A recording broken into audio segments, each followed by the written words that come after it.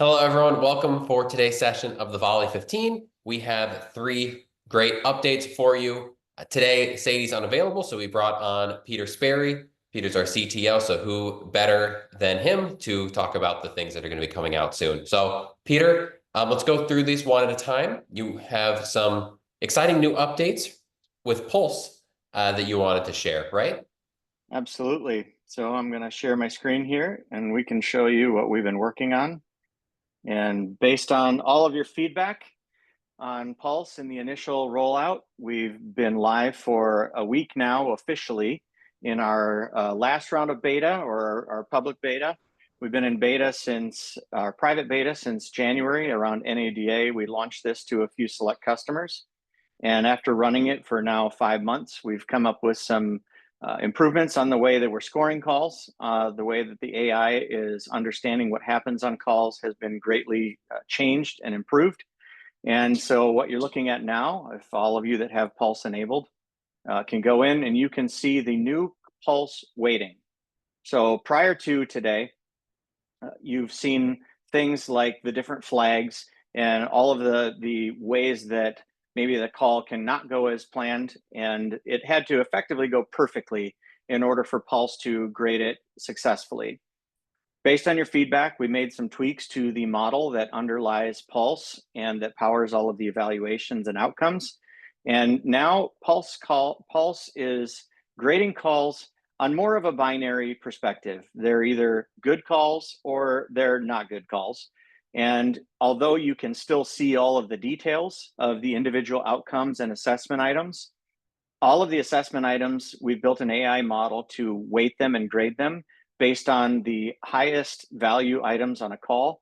And so now when you look down your screen, when you log into Pulse, you won't see the sea of red. You'll see mostly green calls. And that is because we've adjusted the way and the weighting that the AI is evaluating these calls. So it should be a much easier way for you to see what calls are truly something that you need to look into on a manual basis, and also then to make sure that things are going as planned. The second thing that we've rolled out with Pulse, I'm going to sneak this down just a little bit. All of you have in your accounts a new data export available as of this last Monday. And the data export is a coaching export for your agents. And it takes all of the Pulse assessments for whatever date range that you choose. I have mine set up to automatically send me to create this export every single week and show me the last week's calls, agent by agent, and how they did. And I will pull that up here.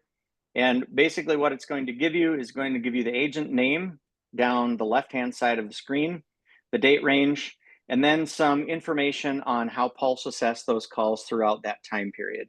So it's going to show you the total number of calls, their duration, whether or not they were a canceled appointment, a confirmed appointment, a reschedule, and all of the assessment items and the outcomes and how they did as an aggregate or as a percentage of their total calls that were evaluated.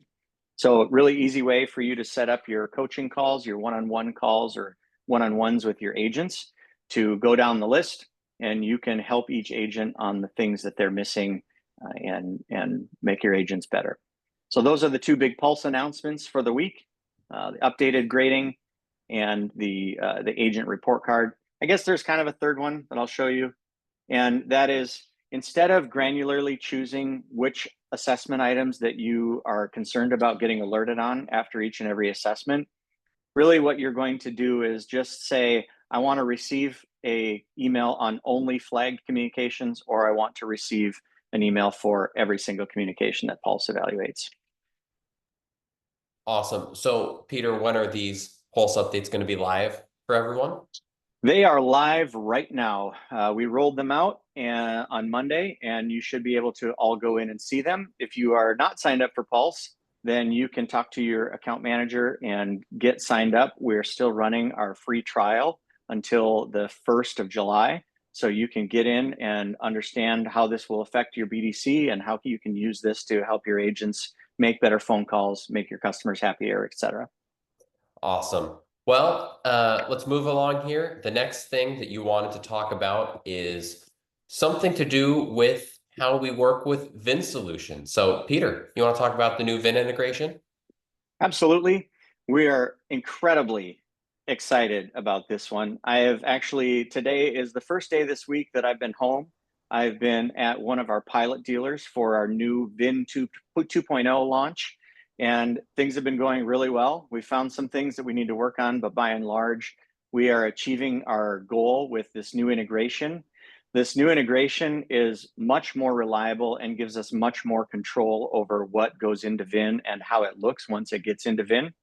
So the things that we will include as part of every single communication that goes out of Volie and that gets dispositioned from an agent, if it's an SMS or an email, when a call happens, whether it's an inbound call or an outbound call, we push the record into VIN just the same way that you would do in VIN if you were manually executing their click to call functionality. It pushes in as either an outbound call or an inbound call. The notes go in from Volie along with a link to the transcription and the details of that communication. And then we also set the VIN contacted flag, the not contacted flag, or the voicemail flag within the VIN call tool. SMSs and emails also go in as part of this integration.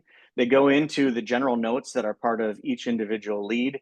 And if you look at VIN, and I apologize for not having any screenshots, we have this live at one of our customers, and I just didn't have time to redact the customer's information off of the screenshots. I will have those out to our CS department by the end of the week this week in a document. That way everybody knows exactly what they're to expect. But on an email and an SMS, once the agent dispositions either of those two communication types, they get pushed in as a note on the lead. And there's also a link to those communications in the customer profile, and they can see what was said in those communications as a part of the registry within VIN.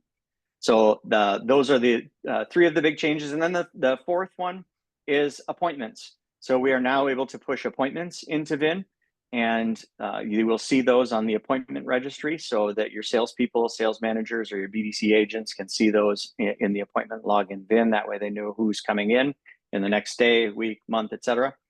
For appointments. And that is also live. So for those of you who are signed up for sales BDCs, you can talk to your CS rep about getting the VIN integration live. There's some new functionality that we have already rolled out, and we are continuing to improve that integration in the days, weeks, and months to come. Our goal is to make it so that your BDC reps never have to log into VIN in order to update the communications and update the leads as your salespeople, sales managers, and BDC reps are working on them. Awesome. And thirdly here today, Peter, last time when we did the Volley 15, Sadie and I spoke a little bit about this new Fed DNC list, the EBR settings that you can have, and you wanted to today add a little more context around the federal DNC default setting that we are adding. So what's going on there? Well, one of the things that Volley really strives to do is help you as our customers manage your compliance, make legal phone calls, SMSs, and emails.